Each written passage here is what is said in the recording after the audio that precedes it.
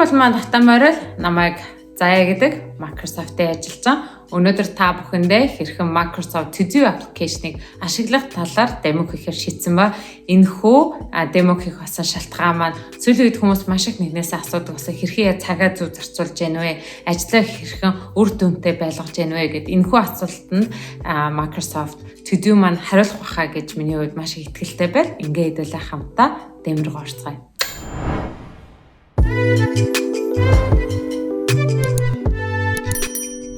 Хэрхэн Microsoft To Do аппликейшнийг татаж авах вэ? Та бүхэн компьютер дээрээ веб браузераар ашиглаж болно, мөн гар утсан дээрээ татаж авах боломжтой байгаа.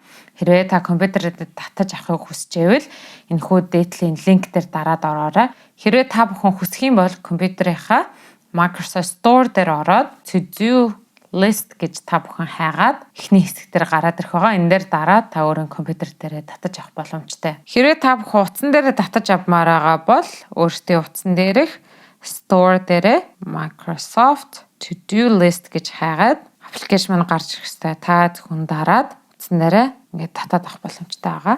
Та бүхэн Microsoft To Do татаж авсны дараа миний баруун гар тал дээр дэлгэцсэн дээр байгаа шиг харагдана. Харин веб браузер дээр ашиглаж байгаа бол таны дэлгэц миний зүүн гар тал дээр байгаатай адилхан харагдах байгаа. Компьютерийн маань аппликейшн энэхүү дэлгэцэн дээр харагдана. Зүүн гар талд танд сонголтуудыг гаргаж ирнэ. Хамгийн түрүүнд таны аккаунт, My Day, таны өдөр, important буюу чухал зүйлүүд, plan буюу айл хэзээний төлөвлөсөн, Assign to you буюу танд зөвхөн зориуллаад зэн байгаа Assign to you гэдэг дээр гарч ирнэ. Flagged email буюу та өөрийн Outlook-энд холбуулад Outlook дээр заашгүй хийх ёстой гэсэн зүйлүүдтэй таны энэ хэсэг дээр гарч ирнэ. Мөн task буюу энэ зүйлүүдийг хийгээрэй гэсэн листүүд тань дээр гарч ирэх байгаа.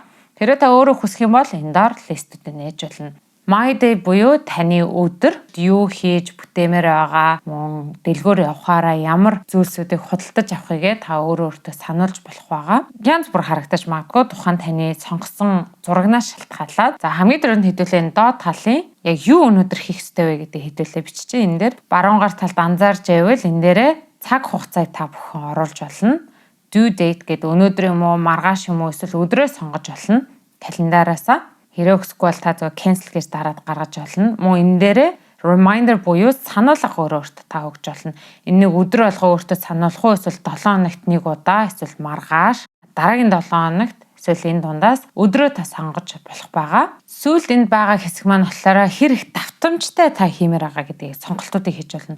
Өдөр болгон юм уу, 1-ээс 5 дахь 7 хоногийн, сард, жилийн аль эсвэл та өөртөө тохируулж болно. Эсвэл 1-р 3 дахь хагас сайн, 2-р 4-р хагас сайн ч гэдэг юм өөртөө тохируулаад та өөртөө сануулж болно. За эдгээр тохиргоог хийснийхаа дараад нь та entry-г дарснараа My Date дээрээ таны өнөөдрийн хийх ёстой зүйл ороод ирж байгаа гэсэн үг. Вебтэй харьцуулж байна. Маш гайхалтай зүйл нь гэх юм бол та онлайнтай холбоотой байгаа үед та компьютерийнхаа аппнаасаа юу, веб браузераас утаснасаа юу хамаагүй таны оруулсан зүйл шууд автоматар орж ирдэг. Одоо энд харж байвал хэдүүлээ аппликейшн дээр таскаа оруулсан бол веб хэлбэр дээр шууд Array video гэд шууд ороод ирж байгаа. My Day дээр та бүхэн анзаарч сажил дээдлийн 3 цэг дээр дарах юм бол өөрийн theme буюу харагдах байдлаа сонгож болно. Мөн адилхан энэ дээр гарсан листүүд одоо энэ дээр зөндөө олон таскууд ингээ гараад ирнэ те. Тэрийгэ принтлээ гаргаж ирж болно.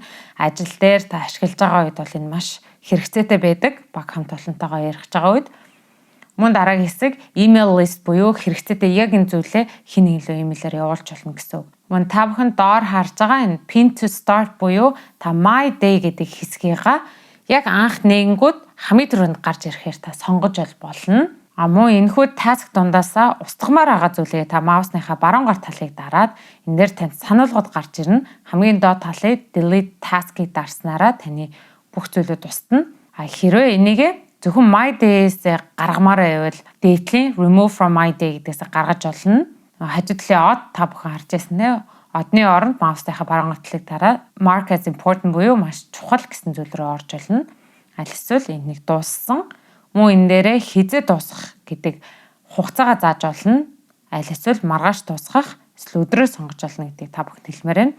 Доотлын хэсэг болохоор move task to гэдэг энэ flagged email гэдэг рүү та бүхэн оруулж болно. Important important маш чухал гэсэн хэсгүүдийг тань дээр гаргаж ирдэг. Та бүхэн ажиллаж байх үедээ хэрвээ энэ хэсэг танд төдийлөн шаардлагатай биш байгаа бол hide smart list буюу дарахаар энэ зүүн гар талаас important гэдэг хэсэг мань гараа авчиж байгаа. За энийг яаж орох вэ гэхээр та өөрийн account дээрээ дараад settings гэдэг рүү ороод доотлын smart list гэдэг дундаас important-а буцаагаад идэвхжүүлэх хэрэгтэй гэсэн үг. Ингээд important хэсэг маань буцаа гараад ирнэ. Мөн 3 цэг дээр дараад та энэ маш олон листүүд байх юм бол тэрийгээ sort by буюу эндээс хизээ тусгаж байгаагаар гаргаж ирж болно.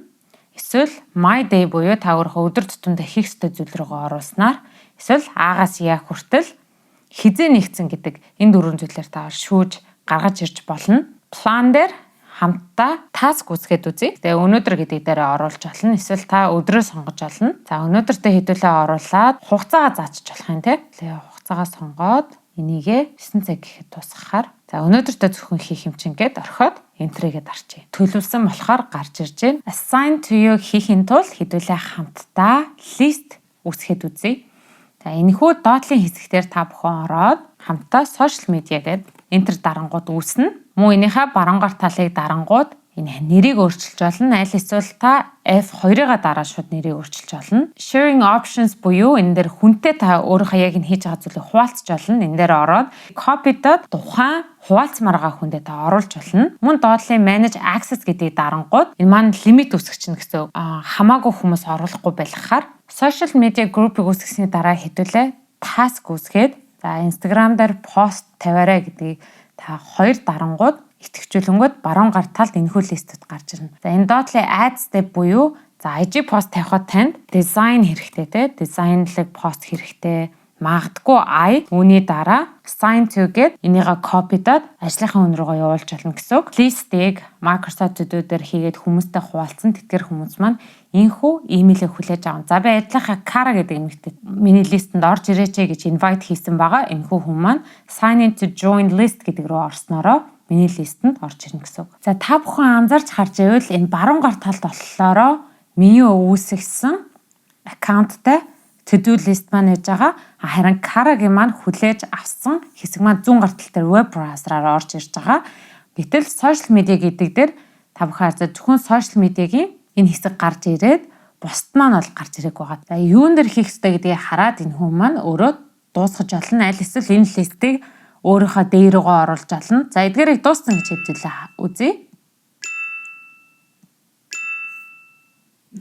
За тэнгүүд баруун гар тал дээр маань энэ маань дууссан Kara хийцэн гэдгийг бол сануулж гарч ирнэ. Мөн баруун гар талынхтай та бүхэн давхар ихээр энэ бол миний үүсгэсэн аккаунт байгаа. Тэнгүүд энэ дээр дарангууд 2 хүн манай ажлын Kara байгаа гэдгийг бол сануулж байна. Kara-г мөн хүсвэл та энэхүү X дээр дараад гаргаж болно. За social group дээр Kara маань web browser-аас надад ажил даалгаж болно. Finish recording videos буюу бичлэгүүдэд дуусгаарай гэд намайг шууд add Bruno гэд сануулчих болно. Одоо баруун гар талд жишээлбэл шууд ингээд mentionтэй add гэж mention хийгдэнгүүд гараад ирж байгаа. Хэрэг хүсэх юм бол энэхүү зүйл дээр ахиж дараад sign to гэдэг. За энийг чи заавал хийн шүү гэдгийг сонгоод энэ дээр миний нэрийг өгчөж байна. Энэ баруун гар тал дээр Kara-гийн өгсөн даалгавар гарч ирж байна. Мөн хинтээ хуваалцаж байгаа урилгыг авсан хүмүүс маань нэрсэн энэ дээр гарч ирэх байгаа. Flagged email-ыг ярихын тулд хэдүүлээ хамтдаа Outlook руу оръё. Outlook руу орсны дараа ажлын ямар ч email байж болно. Та тэрнлөө ороод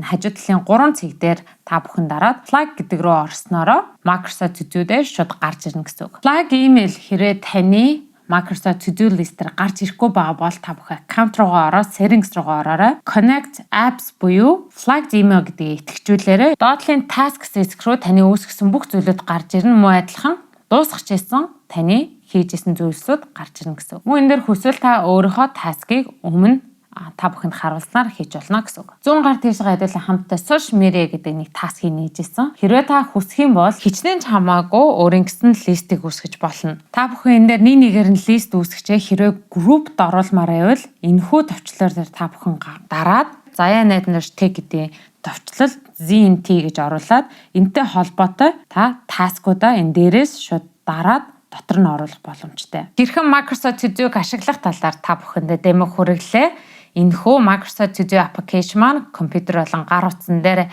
үнгөө татаж авч хэрэглэж болдог бөгөөд та бүхэн өргөнөөр хэрэглээрэй гэж хүсмээр байна. Мөн энэ дээр ашиглаад мөн маш гайхалтайгаар цагаа хэмж болсон янз бүрийн түүх болон эсвэл та бүхэн шинээр олж мэдсэн hacks and tricks ах юм бол YouTube сувгийн доор үлдээгээрэй. YouTube сувгийнхаа subscribe хийж мөн асуултаа YouTube-ийн доор асуухаа та бүхэн мартваа. Ингээд бичлэгийг маань дуусан төслөөцсөн та бүхэн баярлалаа. Дараагийн дугаар хүртэл түр баяртай.